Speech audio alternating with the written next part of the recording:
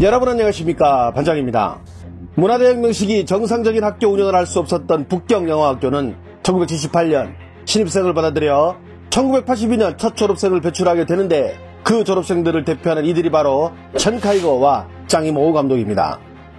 제5세대라 불리며 중국 영화의 르네상스를 주도한 인물들로, 천카이거 감독은 패왕별이로 칸 영화제 황금종려상을, 짱이모우 감독은 인생으로 칸 영화제 심사위원 특별상을 받는 등 세계 영화계를 깜짝 놀라게 만들었습니다. 하지만 이 두 거장들도 2000년대에 접어들면서 시대의 조류에 편승하고 맙니다.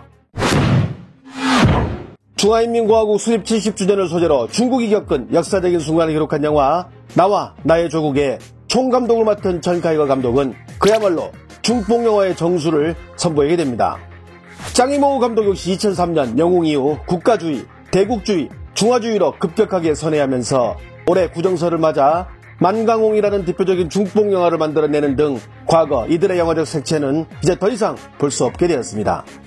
이런 애국주의 영화들은 철저하게 중국 공산당의 정책을 선전하고 있는데, 한 가지 다른 점은 과거 중국 영화들이 공산당의 지적을 대놓고 낯간지럽게 홍보하는 고리타분한 방식에서 탈피, 다양한 소재와 재미, 여기에 덩치를 키우는 블록버스터 형태를 씌워 사람들에게 자연스럽게 거리감을 느끼지 않게 다가간다는 것입니다. 물론 중국인들의 애국심을 고취시키는 데는 더할 나위 없는 효과를 보겠지만, 자신들의 입맛에 맞는 스토리가 나와야 하니 당국의 개입과 검열은 심해졌으며, 이는 영화 자체가 지녀야 할 예술성과 경쟁력을 모조리 상실되게 만들어버렸습니다. 일례로 얼마 전 열린 제73회 베를린 국제영화제에 참석한 홍콩 영화계의 거장 두기봉 감독은 영화제 개막 인터뷰에서 중국 당국의 영화에 대한 간섭을 지적하는 폭탄 발언을 해버렸는데요. 我覺得電影呢係永遠喺前鋒啊，喺前邊。當如果有極權嘅時候，人民失去自由嘅時候，電影通常係首當其衝。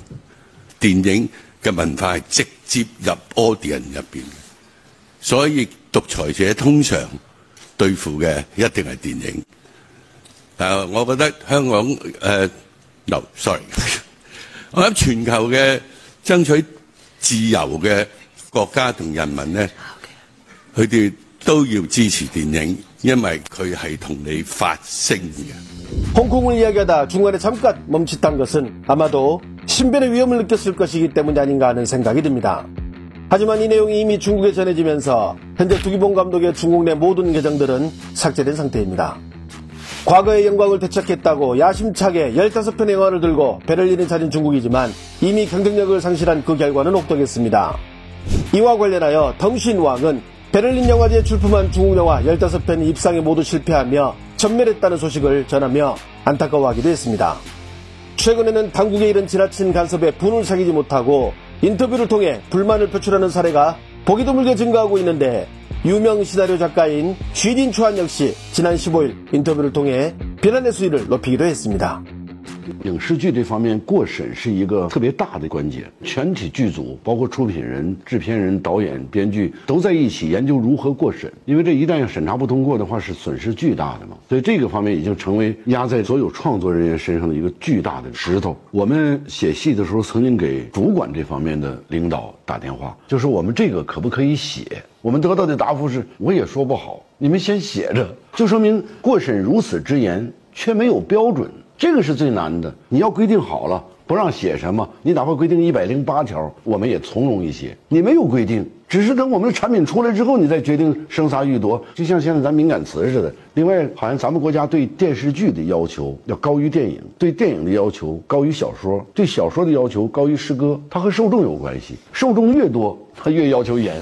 결국 갈수록 경쟁력을 잃고 우물 안의 개구리가 되어가는 자국의 영화 산업에 대해 중국이 지속적으로 그 해결책을 찾는 곳 중에 한 곳이 우리나라 영화 산업입니다. 지난해 9월 중국의 입이라 불리는 관영매체 황구시보는 1990년대를 기점으로 지금까지 한국의 영화 산업이 어떻게 발전해 왔는지를 분석한 기사를 소개하기도 했습니다. 평소 우리나라를 거칠게 몰아붙이던 황구시보의 스탠스를 보면 상당히 이례적인 기사로 볼 수 있습니다.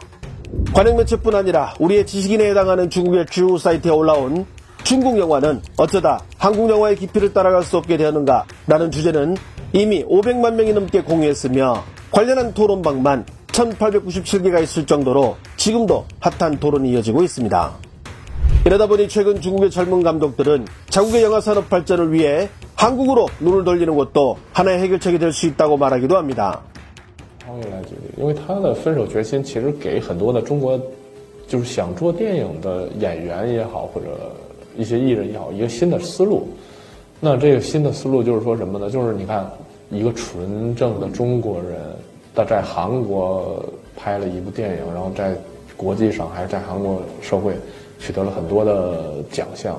那其实我觉得未来会有很多的华语电影人也想进军韩国这种的市场。我觉得这是一个很好的趋势，对，未来会有更多的，其实就是那韩剧它是未来会需要大量的华人的演员的，那就是因为这个韩剧它现在借助着这 Netflix 全世界推的话，它一个单纯的韩国的文化它不够的，对，它需要去从中国拿中国的演员、中国的景，那你看这未来会推到一个什么状态呢？就是说韩剧它会去中国取景，而且它会去大量的取景，那说明这样的话它其实是一个契机，对吧？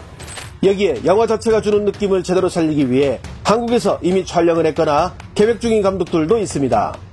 곽구성이 주연을 맡아 중국에서 큰 화제를 몰고 왔던 미스터리 스릴러 비밀 방객을 제작한 진정도 감독은 스토리의 특성을 잘 살리고 싶어서 영화 전체를 한국에서 찍었다고 소감을 밝혀 화제가 되기도 했습니다.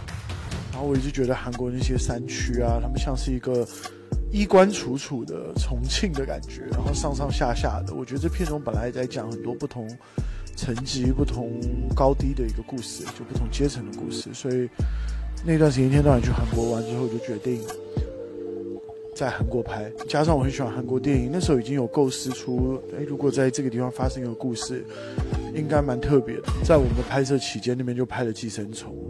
해당 내용을 접한 중국 네티즌들은 어떤 반응을 보일까요? 저렇게 검열이나 하니 중국 드라마는 경직되어서 재미가 없지. 시나리오를 쓰는 분이 뭘 써야 하고 뭘 쓰면 안 되는지 정말 모르세요? 기준이 뭐냐고. 그냥 윗사람들이 좋아하는 거 쓰면 됨. 키보드 워리어들 멘탈 부서지는 소리 봐라. 두기봉 감독이 틀린 말 한 거 있어? 두기봉 감독이 전곡을 찔렀지만 나중에 무슨 일 생기지 않을까 겁나네.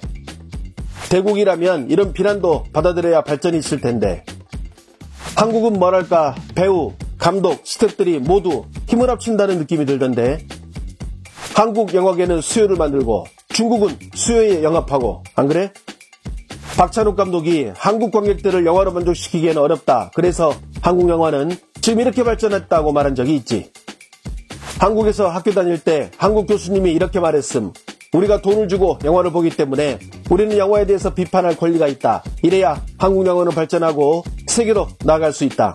난 당시 저 말을 들었을 때 정말 부러웠어.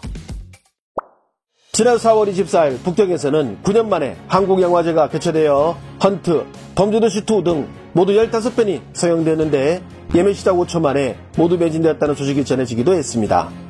양국 관계는 차갑게 식었지만 최소한 문화교류만큼은 다시 재개하자는 양국의 이해관계가 맞아떨어진 것입니다.